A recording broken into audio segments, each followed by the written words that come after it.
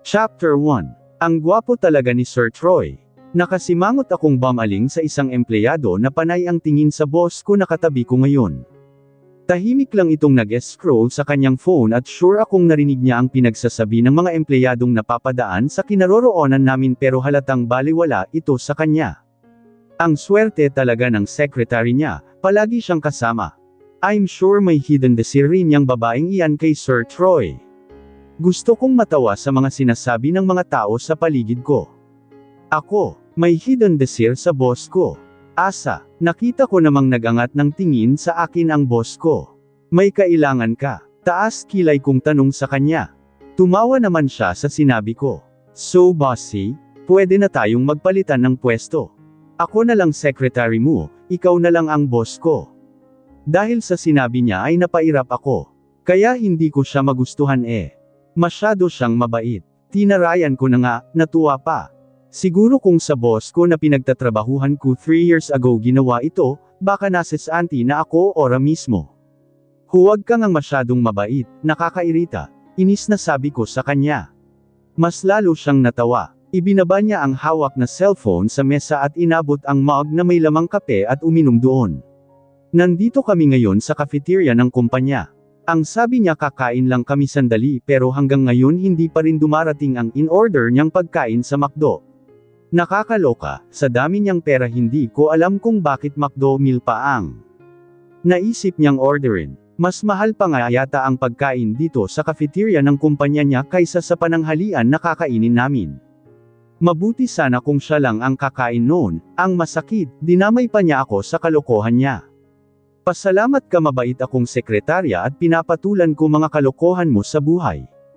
Nginisihan niya ako pagkatapos niyang ailapag sa mesa ang tasa na hawak. Mabait ka pa talaga sa lagay na yan ha.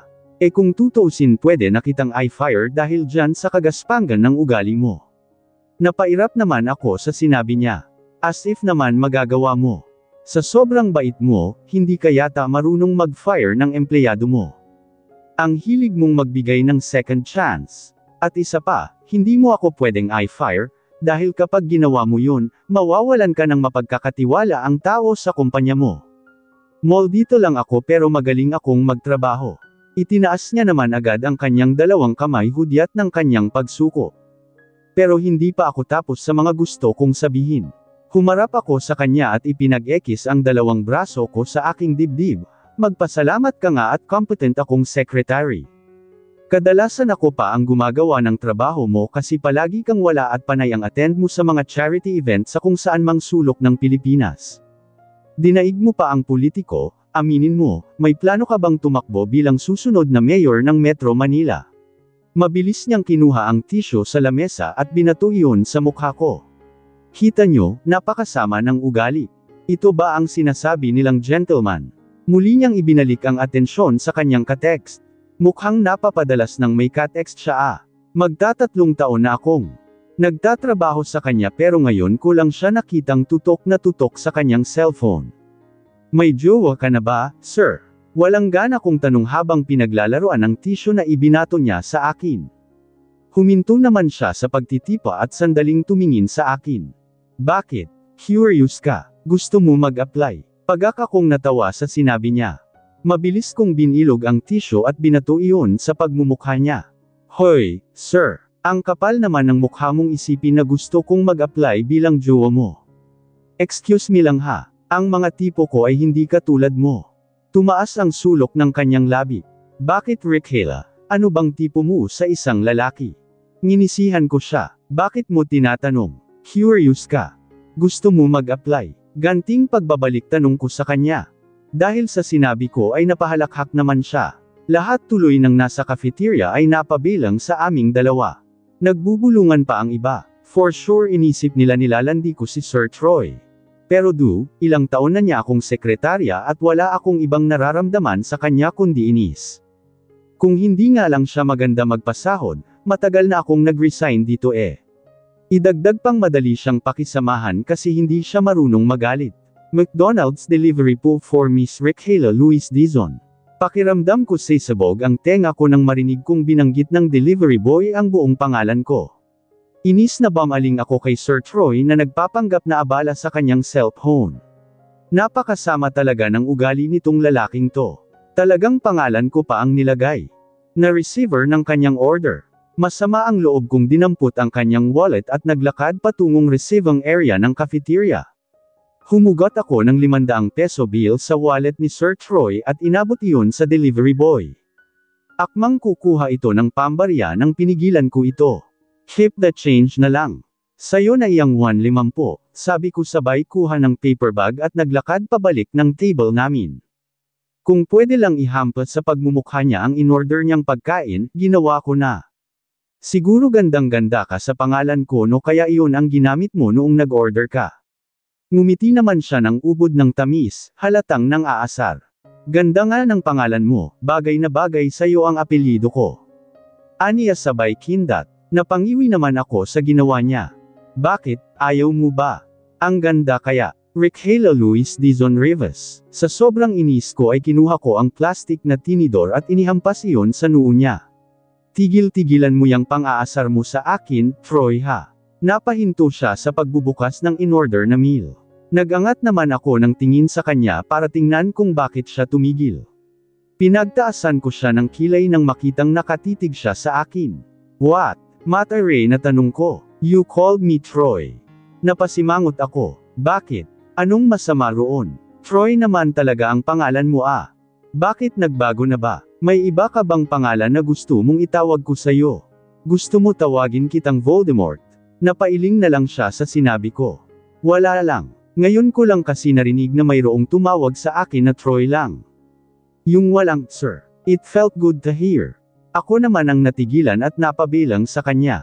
Mukhang hindi naman siya nagbibiro tungkol sa sinasabi niya. Mukhang natuwa nga talaga siya. Pagkatapos naming kumain ay bumalik na rin kami sa opisina niya na opisina ko rin. Magkasama kami sa loob ng iisang opisina dahil ang sabi niya, mas kampante raw siya kapag nakikita niya ako roon. Yung mga sekretarya raw niya kasi dati, ang cubicle ay nasa labas. Kapag walang trabaho ang mga ito ay kung saan-saan daw pumupunta ang mga ito para lang makipagkwentuhan. Kaya minabuti niyang dito na lang ilagay sa loob ng opisina niya ang cubicle ko. Nakakainis nga dahil hindi ako makagala kapag wala akong ginagawa. Talagang tutungangan na lang ako sa kanya para pagmasdan siya sa kanyang ginagawa. Kaya rin siguro madali akong nagsawa sa hitsura niya. Gwapo naman talaga itong boss ko at kedad ko pa. Hindi ko lang talaga siya gusto. Bukod sa hindi siya yung tipo kong lalaki para rin kasi siyang walking heartbreak. Yung tipong paasahin ka lang tapos iiwan ka bigla sa ere. Pero sa kabaliktaran ay mabait naman talaga itong si Sir Troy. Maalalahanin, mapagbigay at matulungin din siyang boss sa kanyang mga empleyado. Nasa kanya na sana ang lahat ang kaso may isang kulang sa kanya at iyon ay kasipagan. Lahat ng trabaho na dapat siya ay gumagawa ay ipinapasa niya sa akin. Hindi naman daw siya ganito noon sabi ng sekretaryang dumaan sa kanya. Sa akin lang yata siya natutong maging tamad dahil alam niyang magaling akong magtrabaho. Pirmahan mo na raw itong payroll para makasahod na kami bukas. Saad ko sabay hagis ng folder sa kanyang lamesa. Ikaw na kaya ang pumirma, naglalaro pa ako ng Candy Crush. Sinaman ko siya ng tingin at mabilis na dumukwang sa table niya para agawin ang hawak na cellphone. Pipirmahan mo yan o ika-crush ko sa mukha mo itong bagong cellphone mo. Sumimangot naman siya at bumubulong pa habang hinahanap ang kanyang ballpen sa drawer. Napabuntong hininga naman ako. Agad akong lumapit sa table ko at kinuha ang pilot pen doon at inabot sa kanya. Lahat naman ng trabaho ginagawa ko ah. Bakit kung makasimangot ka parang ikaw panalugi? Ngumuso lang siya at hindi sinagot ang tanong ko.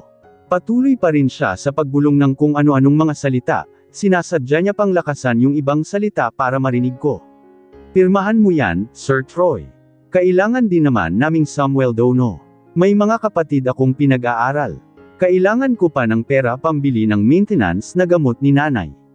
Tapos magbabayad pa ako ng kuryente at tubig namin, tapos yung aso kong si Chuchay kailangan ng 0 na, heto na nga oh. Pinipirmahan ko na, dami mo pang sinasabi. Nangonsensya ka pa. Nginitian ko naman siya ng ubod tamis. Mabuti na lang may konsensya ka ano. Tatawa-tawa kong sambit bago bumalik sa sarili kong cubicle para asikasuhin ang schedule niya para bukas.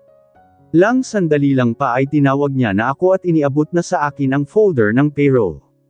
Dadalhin ko iyon sa finance department para ma-process na nila ang sweldo ng mga empleyado.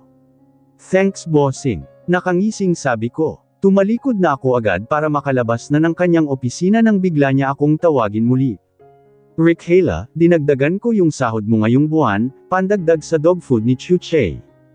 Aniya, mabilis kong binuksan ang folder at hinanap ang pangalan ko sa listahan. Doon ko nakitang dinagdagan niya nga ng 5,000 ang sahod ko. Wala sa sariling napangiti ako. The best ka talaga, bossing. Tuwang-tuwa na sabi ko sa kanagmadaling nagtungo sa finance department. Hindi ko maiwasang mapangiti habang naglalakad patungo sa kabilang opisina. Panigurado ng matutuwa na naman ang mga empleyado ngayong araw dahil bukas may say-sa-her na sila. Isa sa mga bagay na ikinatutuwa ko kay Sir Troy ay bukod sa mabait siya, maalaga rin siya sa mga taong natatrabaho sa kanya. Kaya ang tingin sa kanya ng kanyang mga tauhan niya, hulog ng langit. Hindi rin naman ako tatanggi, gwapo naman talaga siya. Pero no, hindi ko pa rin siya gusto. Never in a million years. Naayos mo ba yung schedule ko ngayong araw? Tanong niya pagkapasok niya kinabukasan sa kanyang opisina. Kasalukuyan akong nagtitimpla ng kanyang kape nang bigla siyang lumapit sa akin. What's that smell? Mas lalo pa siyang lumapit at halos idikit ang kanyang ilong sa aking leeg. Inis na inilapag ko ang hawak na mug sa mesa at inis na humarap sa kanya. Hindi pa rin siya tumitigil sa pag-amoy sa leeg ko. Inis na itinulak ko ang kanyang mukha palayo sa akin. Nag-change ka ng perfume. Baliwalang tanong niya. Pinimiwanggan ko siya at tinaasan ng kilay. Leon talaga ang itatanong niya. At ano namang pakialam niya kung nagpalit ako ng perfume? E ano namang pakialam mo? Mataray na tanong ko. Wala naman. Sagot niya at nagkibit balikat pa. In fairness, mas mabango ito kumpara sa nauna mong perfume. Mas amoy babae ka. Sinaman ko siya ng tingin. Bakit? Dati ba amoy lalaki ako? Itong bibig talaga ng boss ko, minsan ang sarap tapalan ng pakang tape. Ang pasmado masyado. Ang sakit mo na magsalita ha. Tumawa naman siya. Hinubad niya naman ang kanyang coat at inilagay iyon sa likod ng kanyang upuan. Pagka-top 0s kung haluin ng maayos ang kanyang kape ay dinala ko na rin ito sa table niya. Kinuha ko na rin ang folder na naglalaman ng schedule niya para ma-check niya na rin ang mga gagawin niya ngayong araw. Mag-ready ka na ha, tinawagan ko na si Caleb para ipag-drive tayo papuntang Makati ngayon. Tumanggo naman ako kaagad. Huwag mong kalimutang dalhin yung folders na naglalaman ng mga kontrata. Got you bossing. Saad ko sabay saludo pa sa kanya. Bago mag-alas 9 ay nakalabas na kami ng lobby. Sakto rin namang huminto ang sasakyan ni Sir Troy sa entrance ng building. Sumakay na ako sa passenger seat katabi ni Kuya Caleb habang si Sir Troy naman ay nasa backseat. Mabilis kong inabot sa kanya ang folder na may lamang kontrata para ma-review niya iyon. Pag-anda tayo ng pag-anda ngayon Miss Rickela May boyfriend ka na siguro no? Ngumiti ako agad sa pambungad na bati ni Kuya Caleb sa akin at pabiro ng hinampas ito sa balikat. Ngayon mo lang napansin, ang tagal ko na kayang maganda. Sabi sabay lagay ng mga takas na hibla ng buhok ko sa likuran ng aking tenga. Sinong nagsabing maganda ka? Pabulong na tanong ni Sir Troy sa likuran. Nang bumaling ako sa kanya ay agad niyang itinutok ang kanyang paningin sa folder na hawak. May naririnig ka bang nagsasalita na pangit, Kuya Caleb? Nang gagalaiting tanong ko. Imbes na sumagot si Kuya Caleb ay napailing na lang ito habang tumatawa.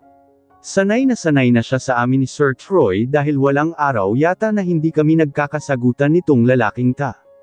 Siya nga pala, Rickela. Pagkatapos nating umattend sa last meeting natin sa Pasay, pwede bang ikaw na ang umattend sa PTA meeting ni Rio? Ang Rio na tinutukoy niya ang kanyang bunsong kapatid na graduating na sa high school. PTA meeting. Bakit ako na naman? So ako na ngayon ang tumatayong guardian ng kapatid mo. Wow naman, Sir Troy. All around na pala ako ngayon. Kulang na lang gawin niyo akong maid Please Rickela. Ikaw na ang umattend kay Rio, ako naman kay Rie total sanay ka na namang ikaw ang uma-attend sa meeting ni Rio sa school. Inirapan ko siya, Leon na nga. Dinaig pang ako ang kapatid ni Rio dahil sa kakautos niya. Mas close na tuloy kami ng kapatid niya kaysa sa kanya. Whatever, sagot ko. I'll take that as a yes, Rickhala. Hindi na ako sumagot. Ano pa nga bang magagawa ko? Pagdating namin sa Makati ay hindi rin nagtagal nagsimula na ang meeting. Mabuti at maaga ring dumating ang CEO ng De Silva Steels kasama ang secretary nito. The secretary looked so cute kaya panay ang tingin ko rito. Napansin naman agad iyon ni Troy kaya kinurot niya ako sa tagiliran. Point 1, Aray naman, reklamo ko. Mag-focus ka, kundi babawin ko talaga yung binigay kong pambili ng pagkain ni Chuche, pananakot niya sa akin. Pagkatapos naman ng meeting at contract signing, dumiretso na rin kami agad sa Pasay. Bago nagsimula ang meeting doon with Celestre Tradings ay kumain muna kami. Lang beses pa niya akong pinagalitan doon sa mga simpleng silay ko sa secretary ng De Silva Steels, CEO. Bakit nagseselos ka? Pang-asar na tanong ko sa kanya. Ako, magseselos, sa gwapo kong to. Hindi pa yun nangangalahati ng talampakan ko Sagot niya naman. Tinuwanan ko lang siya saka nagpatuloy na lang sa pagkain. I've known him for almost 3 years at sanay na sa pag-uugali niyang iyon. After we eat lunch, agad na kaming dumiretso sa meeting place namin ng CEO ng Celestre Tradings. Wala itong kasamang secretary pero may kasama itong driver. Leon bagay kayo, bulong niya sa akin sabay turo sa nakatayong driver. Tumaas ang sulok ng labi ko at tinulak siya pabalik sa kanyang upuan. Ang galing talaga mang-asar. Natapos naman ng maayos ang contract signing namin sa dalawang business partners ng kumpanya niya. Paglabas namin ng building ay dumiretso na ako sa sasakyan para mag-retouch. Pagpasok naman niya sa backseat ay agad na tumunog ang kanyang cellphone. Hello, Rio. Yes. Rickhala will come. Okay. See you later at home. Mas lalo akong nagmadali sa pag-aayos para pagpasok ko sa Ateneo. Ayoko naman kasing mapagkamalang assistant lang ni Rio. Pakilista lahat ng important details na sasabihin ng homeroom teacher ni Rio. Tumango naman ako. Actually kahit hindi niya na ipaalala sa akin, ayos lang. Kasi alam ko na rin naman ang gagawin ko. I've been doing this for the past 2 years. Pagka-park ni Kuya Caleb ng sasakyan sa parking ay sabay na kaming bumaba ni Sir Troy. Mabuti na lang talaga at naka-long sleeves at slacks talaga ako na panartnerin ng cream-colored stilettos. Nagmukha akong mayaman dahil sa suot ko kahit ang totoo ay isa lamang akong dukha. Pagpasok namin sa loob ay may mga sinabi pa siya sa aking paalala bago tuluyang naghiwalay ng daan. Meeting naman tungkol sa graduation ang pupuntahan niya, because Ria will soon graduate in her course Legal Management. Habang si Rio naman ay nagpaplano na tourism ang kukuning course sa kolehiyo. Troy has been very hands-on when it comes to the education of his siblings. Hindi lang siya isang mabait na boss. Isa rin siyang mabait at responsableng kuya sa kanyang mga kapatid. Napakwerte rin talaga ni Rio at Rie sa kuya nila. Kahit maaga silang naulila sa kanilang mga magulang ay hindi sila nito pinabayaan. Ate Luis, rinig kong tawag ni Rio sa labas ng kanyang classroom. Matamis naman akong ngumiti kay Rio at kumaway pa rito. Ate buti na lang pumunta ka. Actually, si Sir Troy sana, ang kaso kailangan niyang unahin si Rie dahil graduating na ang ate mo. It's okay, I like you better than Kuya Troy. Bakit hindi na lang kasi kayong dalawa? Inismiran ko si Rio dahilan para humalaklak ito. I'm just kidding. I know you don't like my kuya. Tumango naman ako bilang pagsang-ayon. Buti alam mo, tumawa itong muli sa kaumakbay sa akin at dinala ako sa kanyang classroom. Pagpasok ko ay nakita ko agad ang ibang mga magulang ng estudyante na naroon. Agad ako nang hinanapan ni Rio ng mauupuan, sakto namang sa harapan lang ang bakante kaya doon na ako pumwesto. May mga idiniscuss ang homeroom teacher niya at nagkaroon din ng bigayan ng card. Good thing kahit na may pagkabulakbol itong si Rio, name-maintain pa rin niya ang grades niya.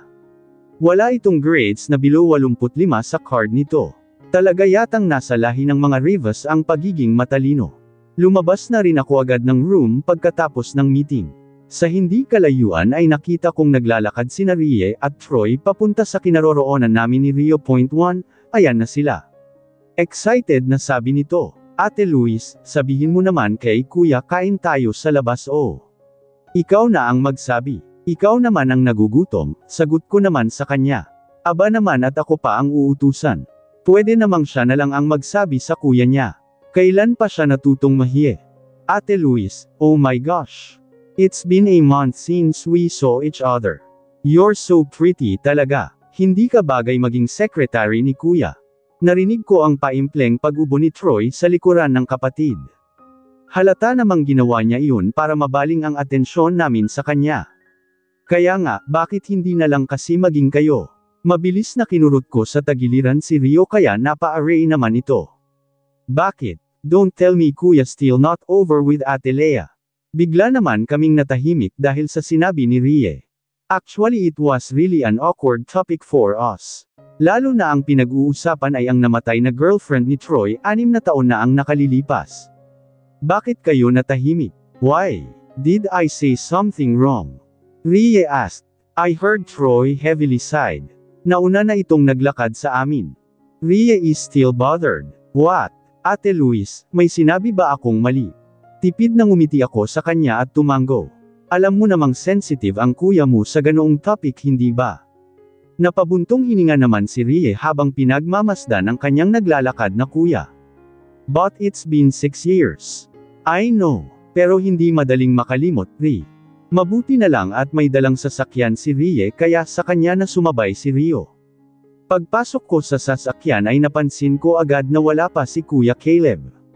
Si Sir Troy naman ay nakaupo na sa backseat at abala sa paglalaro sa kanyang cellphone. Hindi ko tuloy maiwasang mapatitig sa kanya. Ano kayang pakiramdam na palagi na lang nawawala sa kanya yung mga taong mahal niya? He's 29 na now pero wala pa rin siyang girlfriend. Don't look at me like that, Rickela Luis. Sinasabi ko sa'yo, babawin ko ang ibinigay ko sa yung pambili ng pagkain ni Chuche. Napasimangot naman ako. Alam mo, mag-Candy Crush ka na lang dyan. Ang dami mo pang sinasabi. Ma, bumili na ako ng gamot niyo pang 2 buwan. Sabi ko pagkakita ko kay mama nakalalabas lang sa Connie ang kwarto, mukhang kauuwi rin lang nito galing sa salon na kanyang pinagtatrabahuhan. Sinalubong ako nito para matulangan ako sa pagbubuhat ng mga groceries na pinamili ko. Sumunod naman na bumaba galing sa 2nd floor ang nakababata kong kapatid na si Chase. Suot pa rin ito ang slaman at halatang kagagaling lang sa pagbabasa. Kagaya ni Rio, graduating na rin ito sa high school. Lumapit ako agad sa kanya nang mailapag ko ang pinamili sa lamesa. Matagal akong tumitig sa kanya at saka bumaling sa kanyang salamin.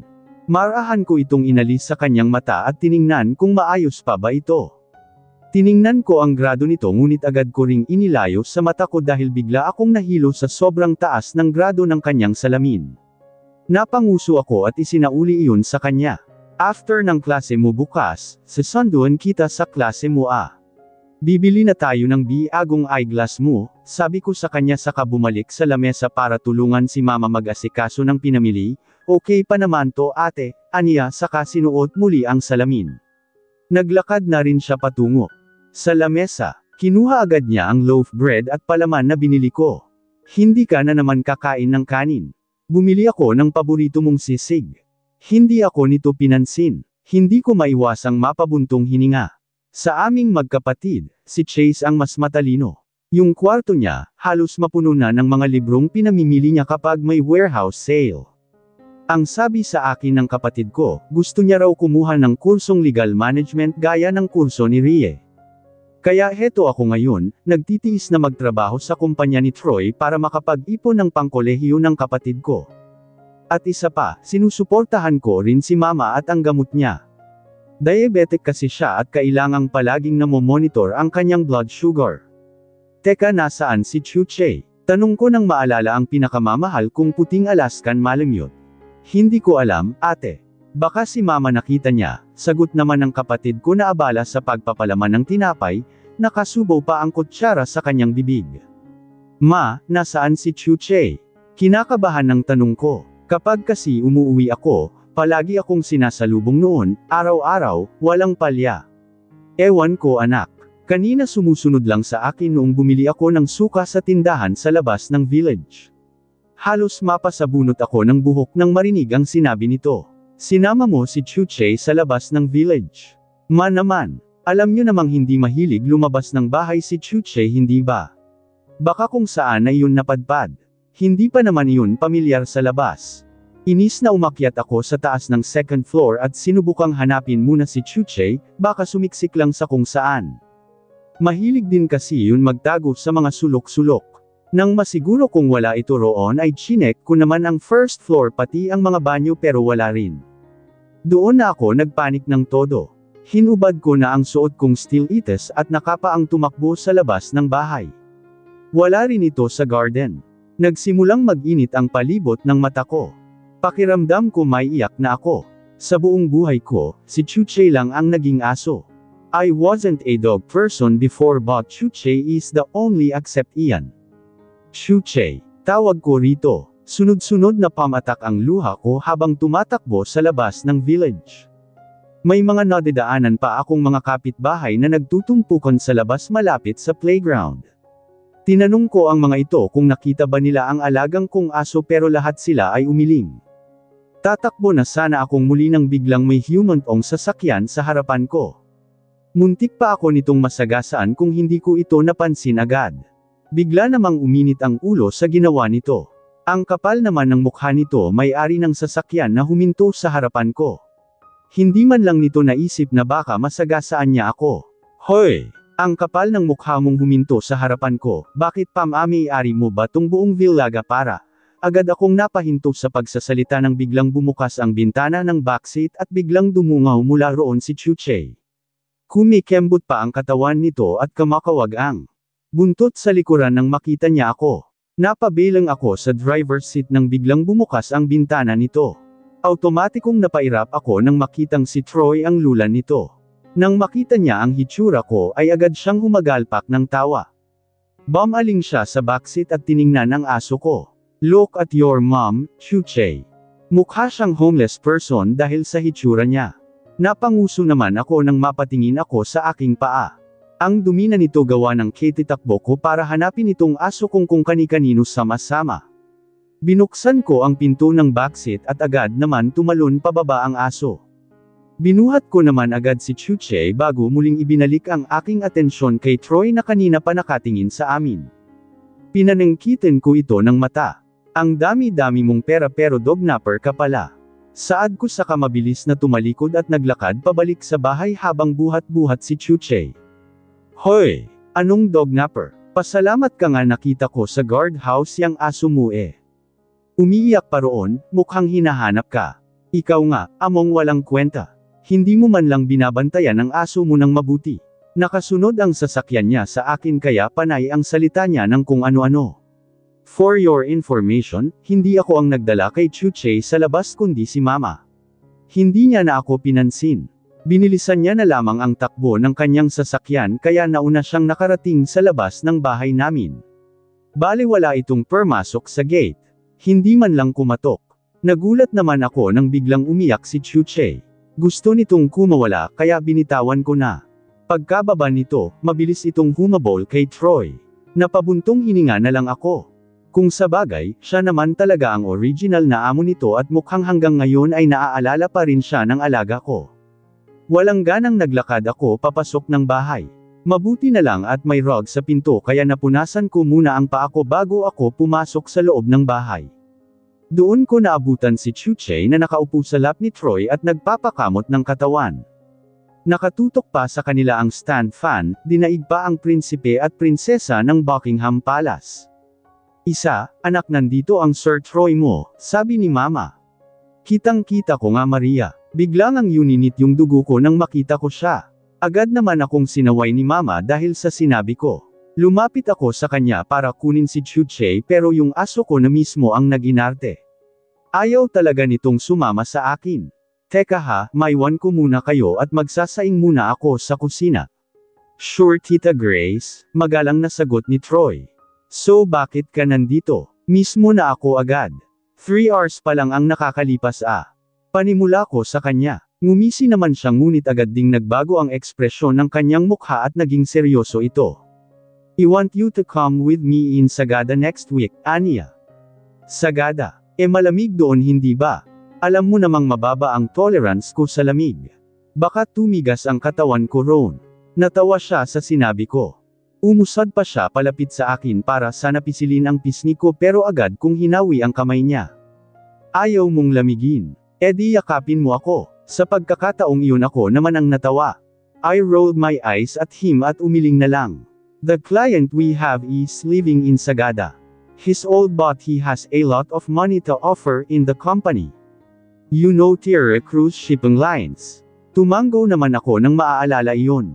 Ilang beses ko nang naririnig ang name ng shipping lines na iyon tuwing attend kami ng board meeting kasama ang mga directors. So I concluded that the man behind Tierra Cruise is truly a gem in the industry. He wants to meet me next week. Ikaw lang pala ang gusto niyang mamit, bakit pati ako kasama? Pinanangkitan niya naman ako ng mata kaya mabilis kong itinaas ang kamay ko bilang pagsuko. Okay, seryoso na siya. Oo na, sasama na ako. Kailan ba yung exact date? On 13. Natigilan ako sandali nang marinig ang date na binanggit niya. Dahan-daang bumaling ang paningin ko sa kalendaryong nakasabit sa dingding. But that was, I know, pero mas mahalaga kliyenteng pupuntahan natin. Hindi na ako umimik. Tumayo na rin siya agad at iniabot sa akin si Chuche. Yumuko siya at marahang painat ang ulo ni Chuche na ngayon ay nakatitig lang sa kanya. Don't forget our business trip on 13. Matipid akong ngumiti at marahang tumango. Diretso siyang naglakad palabas ng bahay. Hindi ko man lang siya naihatid sa labas dahil napako ang isipan ko sa date na kanyang binanggit. January 13. Usually, kapag dumarating ang araw na ito sa loob ng isang taon, wala siyang ibang ginagawa kundi magmumok at uminom. Anong meron at bakit parang nagbago na siya? Bumaling ako kay Chuche at pinaglaruan ang makapal nitong balahibo. Tingin mo Chuche, nakamove on na kaya si Sir Troy? Tumahol naman ito kaagad sa kadinilaan ng pisngi ko. Mahigpit na niyakap ko ang alaga ko saka iyon ibinaba sa sahig. Mabilis itong tumakbo paakyat. Sigurado ako, si Chase na naman ang guguluhin niya roon. Nagtungo ako sa kusina kung saan naroon si Mama. Aalis kayo ng Sir Troy mo. Tumango naman Alco. Sa 13 daw po. Sandaling natahimik si Mama at nag-isip. Sigurado akong natatandaan niya pa kung anong meron sa petsang iyon dahil minitsaan nang pumunta rito sa bahay si Sir Troy na lasing at niyaya akong uminom. Nangyari yun noong unang taon ko sa kanya bilang kanyang sekretarya kaya wala pa akong alam noon. Kinailangan ko pa siyang ihatid sa bahay nila noon dahil nawalan siya ng malay habang naglalabas ng sama ng loob sa akin. Naging malapit agad kami ng kanyang mga kapatid at doon ko nalaman ang tungkol sa kanyang ex-girlfriend na namatay dahil sa sakit nitong brain cancer. Sa batang edad ay marami na siyang pinagdaanang mabibigat na pagsubok, hindi lang halata dahil palagi siyang nakangiti sa tuwing papasok sa opisina. Para bang wala siyang dinadalang problema. Bantayan mo yang si Sir Troy mo anak. Saka bawasan mo rin yang kasungitan mo sa kanya. Sumimangot ako. Deserve niya namang sanjitan. Masyado siyang mabait. Alam mo namang ayaw ko sa mga ganoong tao. May sasabihin pa sana ako, ang kaso nakita kong pinaninangkita na ako ng mata ng nanay ko kaya itinikom ko na lang ang bibig ko. Sabi ko nga, hindi na ako magsasalita. Chase, bumangon ka na at magsisimba pa tayo, saad ko pagkatapos ilang beses kalampagin ang kwarto ng kapatid ko.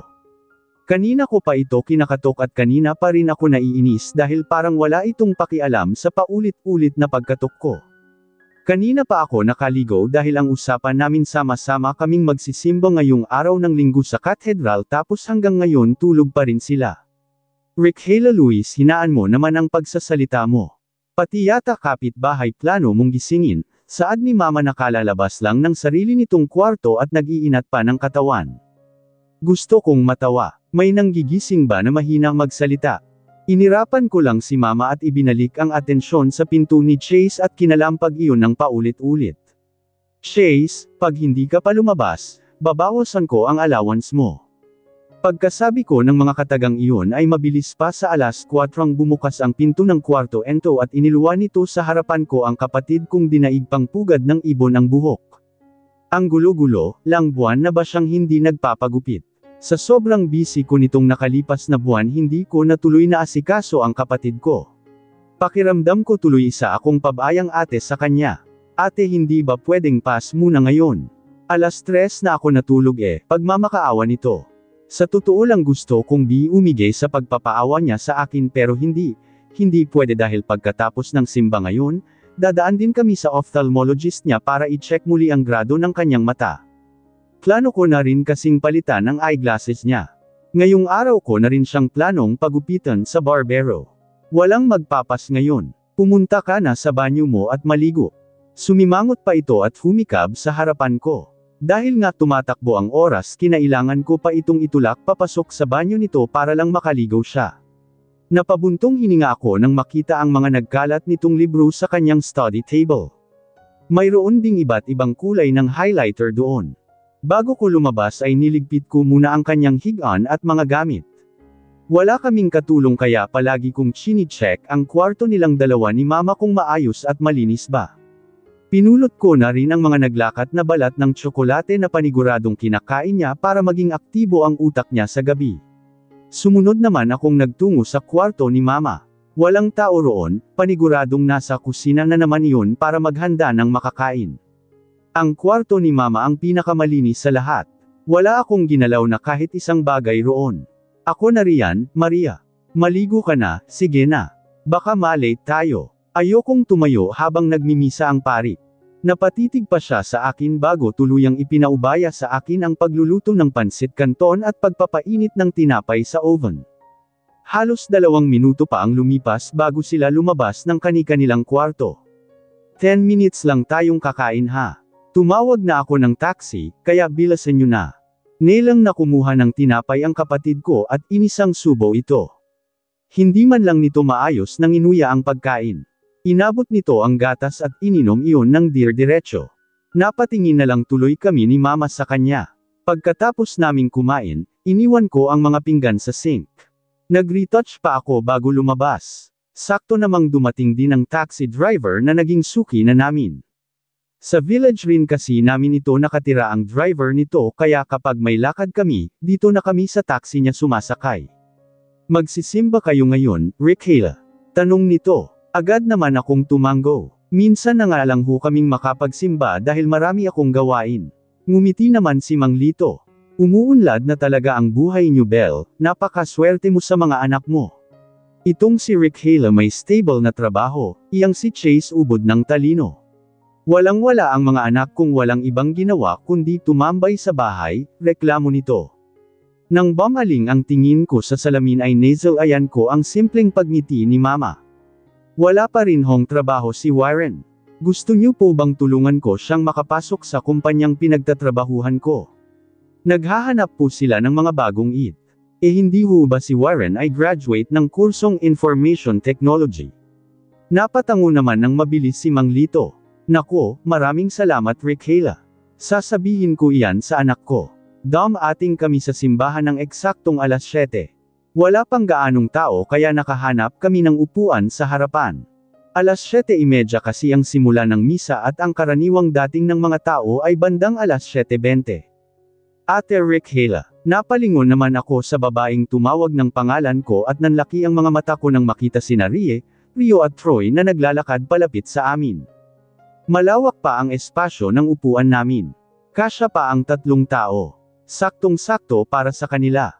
Rie, hi, what are you doing here? Tanong ko. Pabiro nitong nag-eye roll at lumingon sa kuya niya. Si kuya kasi gusto raw ritong magsimba, paliwanag nito. Nginisihan ko naman agad si Sir Troy na ngayoy nakatingin sa akin. Kahit saan talaga sinusundan mo ako no? Aminin mo nga Sir Troy, crush mo ba ako? Pang-asar ko rito. Natawa naman sina Rio at Rie habang si Mama ay bigla na lang akong hinampas sa braso. Aray naman, Maria, sinamon ko ng tingin si Mama habang marahang hinihimas ang namumula kong braso. Ate Rie, pasimpleng tawag ng kapatid ko kay Rie sabay kumaway rito. Matamis na ngumiti si Rie at naglakad patungo sa bakanteng espasyo sa tabi ni Chase at doon umupo. Malapit talaga sila sa isa't isa. Si Rie ang role model ni Chase kaya gusto rin ng kapatid ko mag-take ng legal management sa kolehiyo. Nabigla naman ako nang biglang umusad si Mama at umupo sa pagitan namin si Sir Troy habang ang nasa kanan ko naman ay si Rio. Napapagitnaan na ako ngayon ng magkapatid at hindi ko alam kung paano nangyari at naging ganito na ang posisyon namin. Bakit dito kayo nagsimba? Hindi ba may mas malapit na church sa inyo? Tanong ko kay Rio. Si kuya, siya ang nag-decide. Gusto kaya tama kuya masakit. Hindi na ituloy ni Rio ang sasabihin ng biglang hilahin ni Troy ang kanyang kaliwang tainga. Binitawan din naman ito agad ang tainga ng kapatid nang hampasin ko ang kamay nitong nakadagan sa likuran ko. Ano ba Sir Troy, nasa simbahan tayo tapos nananakit ka. Kaya kayo nagkakasundo niyang si Rio kasi pareho kayong mapang-asar at matigas ang ulo. Sabay kaming sumimangot ng kanyang kapatid. Pero gusto ka lang niyan makita. Mabilis ang bulong sa akin ng kapatid niya. Akmang iaangat niyang muli ang braso niya nang pigilan ko ito gamit ang kamay ko. Sabay kaming napatingin sa kamay kong nakahawak sa braso niya. Lang taon na kaming magkakilala pero ngayon ko lang siya nahawakan sa braso. Nagmadali akong inalis iyon pero bago ko patuluyang magawa ay mabilis niyang nahawakan ang kamay ko. Kung paano nangyari iyon, hindi ko rin alam dahil nga napakabilis ng pangyayari. Nagkatitigan kaming dalawa. Nang maramdaman ko ang pagkabog ng dibdib ko ay mabilis kong binawi ang kamay ko. Isa, kinilig ka no? Bulong niya sa akin. Pakiramdam ko tumayo lahat ng balahibo ko sa biatok dahil ramdam na ramdam ko ang init ng kanyang hininga roon. Humugot ako ng malalim na hininga at saka bumaling sa kanya. Asa ka, sabi ko saka inirapan siya. Narinig ko naman ang kanyang mahinang pagtawa. Hindi na kami nagpansinan pa hanggang sa magsimula ang misa. Itinuon ko na lang ang atensyon ko sa sermon ng pari.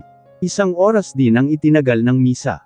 Dahil nga masyadong marami ang mga taong nagsimba, pinona muna namin na lumabas ang karamihan. May lakad ba kayo ngayon? Tanong sa akin ni Sir Troy nang makalabas na kami ng simbahan. Kasabay ko siya sa paglalakad at bahagya kaming nauuna kina Mama, Chase at mga kapatid niya. Dadaan kami ni Chase sa ophthalmologist niya tapos sa barbershop para magupitan na rin ang buhok niya. Mahaba na kasi. Tumanggo naman siya. Maikling katahimikan ang pumagitan sa amin. Gusto niyo bang sumama sa amin, kakain kami sa labas? Tanong niya sa akin. Pinaningkitan ko siya ng mata at pinasad-ahan ng tingin mula ulo hanggang paa. Maging siya tuloy napatingin sa kanyang suot. Niyaya mo ba ako dahil gusto mo lang manlibre o niyaya mo ako dahil crush mo ako? Tanong ko sabay taas baba ng aking kilay. Sumimangot naman siya saka umiling. Hindi na, di bale na lang. Nagbago na ang isip ko. Tatawa-tawang hinampas ko siya sa braso. Ito naman, nagbibiro lang ako, huminto ako para lingunin si Mama at ang kapatid ko. Ma, Chase, manlilibre raw si Sir Troy. Saan niyo raw gustong kumain? Imbes na mena sa akin si Sir Troy ay tumawa pa ito. Hindi ko tuloy napigilan mapatingin sa kanya. His laugh and his smile is really refreshing to see. Yung tipong kahit anong bigat ng araw mo, kapag nakita mo siyang ngumiti, gagaan lahat. Nang mapatingin siya sa akin ay umiwas ako ng tingin at nauna nang naglakad patungo sa restaurant na malapit lang sa church. Narinig ko pang ilang beses niya akong tinawag pero hindi ko na siya nilingon. Ano ba naman yan Rickayla? Kailan ka pa nagandahan sa ngiti ng boss mo?